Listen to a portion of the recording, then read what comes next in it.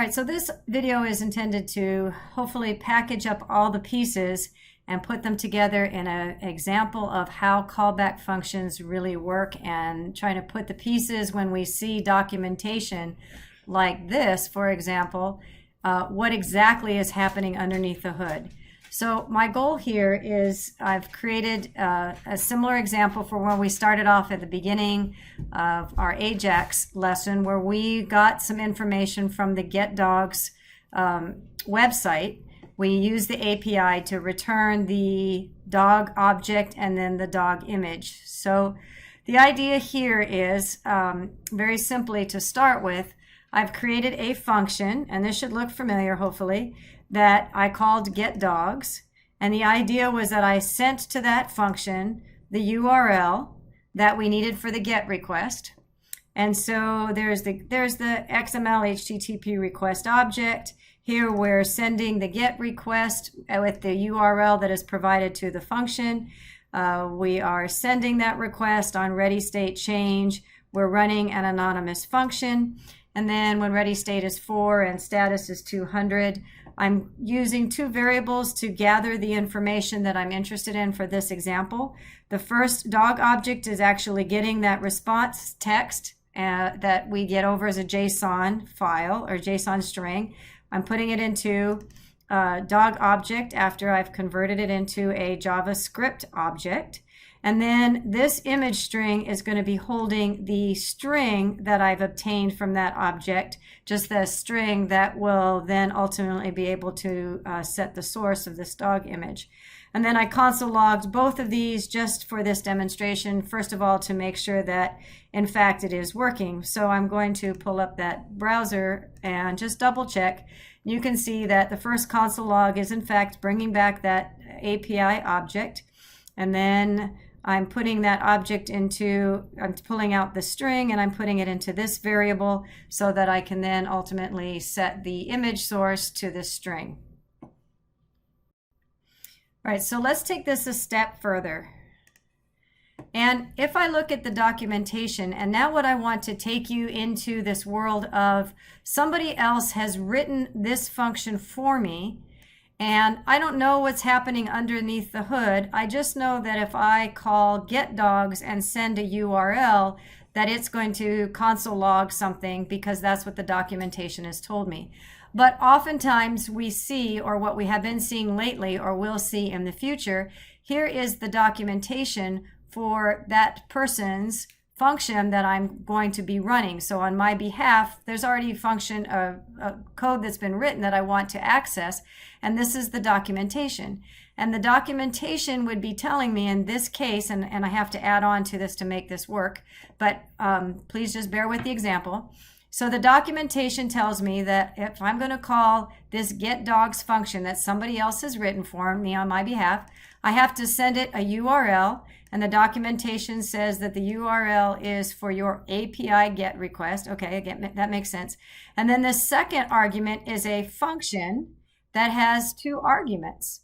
And so that function says in this dog objects, that's going to be the return JSON converted to an object.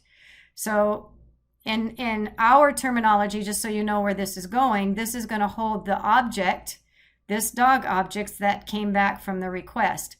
And then dog image says, dog image, a string containing the URL, should probably say the image URL, to the dog image. Okay, so to backpedal here, again, I want you to realize that usually we don't see this chunk of code. I just want to use this as a demonstration to show you how something like this works, because otherwise it can look a little confusing when you're looking at it in documentation. So I'm giving you the pieces of the puzzle here. I'm trying to fill in put the keys together. And so in order to make my example work for my documentation, I need to add one more argument, and I'm going to say a user function.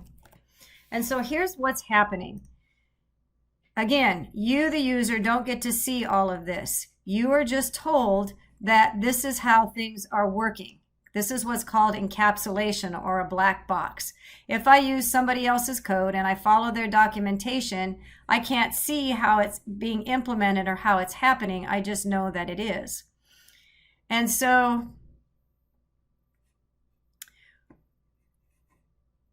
okay, sorry, I lost my train of thought. All right, so here's what we're going to do.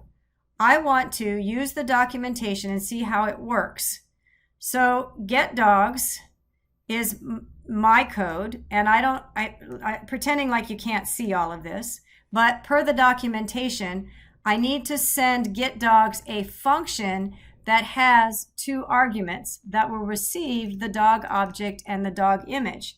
So what it's saying is I need to create a function. I'm going to call it my function, and I need to send that function to this user function. So if I'm going to call get dogs requires a URL, which I've supplied here in this first parameter, comma, and then my function. So I need to put in a function in this place that this code can run. So let me see if I can put these pieces together.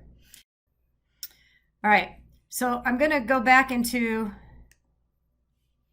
I'm going to be programmer A that creates this encapsulated function that programmer B is going to utilize but can't see the inner workings of this particular function. And I'm going to edit it. And the edit I'm going to make is I need to implement the user function that I asked programmer B to, or whoever's using my function, to send.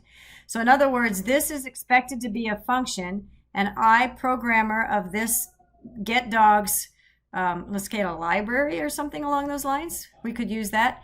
So I expect your supplied function to receive, I'm going to send it two pieces of data. In other words, let me kind of fill in the blanks here. So let me type user function, and to user function, I'm going to send dog object and image string. So the idea here is I'm going to, once I get the data from the API request, I have values now in dog object and image string. So I'm going to call the function that was sent to this user function argument, parameter, argument, whatever, to this user function variable. And I'm going to send into that function the two values that I got while processing this API. So that's where the documentation comes in place. I'm trying to let you know, user who's using my code, in your function, supply a variable for dog object and a variable for dog image that you're going to utilize in your function. So I don't know if this will make sense yet, so let me try and put the pieces together here. So I have function, I'm going to write, now this is user B again. So this is the encapsulated stuff that I'm bringing in from someplace else and reading from the documentation. So I'm user B, I can't see this information, but I want to utilize this piece of code that somebody else wrote. So it says I need to send in my own function. So I'm going to create a function, and I'm going to call it my function. And my function needs to have two variables. I'm going to make some up, an object and a string. And you and I both know that this is supposed to translate to the dog object that comes over from the API and the string that is the image. And the idea here is that I'll console log the OBJ. So whatever gets sent to this function, I'm assuming is an object. So let's console log that. And whatever gets put into this variable, let's use that to update our image over here. So that would be document get element by ID. And the ID of that is dog image dot source is equal to string. Okay, so hopefully this will put the pieces together now. I'm user B. I want to implement get dogs. I can't see this code because I'm trusting that if I follow the documentation which says I'm going to call get dogs, I'm going to send it a URL, and I'm going to send it a function that has the ability to use dog object and dog image. So the agreement is whoever wrote this code is going to send into my function an object and a string that I can use in my function to update this HTML. So let's kind of walk through this and see how it would work. In fact, I think I'll probably do this in the browser. Maybe that'll help us see it, put the pieces together. All right, so let's move over to the debugger. And I have my file selected, so I just kind of drilled down, found my file.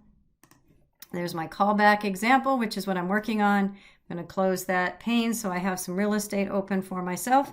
And then I'm just going to put a stop on the very first line that I know is going to run, and that's this getDogs function. And so we'll just watch it take place. I'm going to click on the reload button. We're going to stop here at getDogs. We are going to, let's just step through it and see what happens. So we are sending into this getDogs function a URL. That makes sense. We sent it our function that we created that has is expecting to receive, once it's run, two different pieces of data that we assume getDogs is going to supply our function. And so I'm going to just continue on down to line 23 because we know how all of this stuff is working already. We should by this point. So I'm going to click on resume, and assumably the dog object has been filled, which it has. So there's the JavaScript object that got returned from the JSON parse, which parsed out our JSON string. If I move my cursor over image.string, that's the only thing that didn't show up. So image string, you can see over here, is the string that we received from the object. So I just parsed that out from the object. So image string, and kind of an FYI, if you're not sure or you can't see it, you can always add a watch expression. So I'm going to put in here image string just to see if I have, yep, I do in fact have an image string. So that's what we're going to use to update the SRC of our image. So that all looks good. So now it's going to run the function that I supplied, the getDogs, and it's going to put into my functions that I supplied, which is my function, the two values, dog object and image string. So that's running this function and putting into it the data that it got from the API request as part of the getDog function. So into obj is going to go the dog object, and into my string is going to go string. So then we'll be able to console log the object and then document element by ID, update the source from the string. So let's just watch that happen.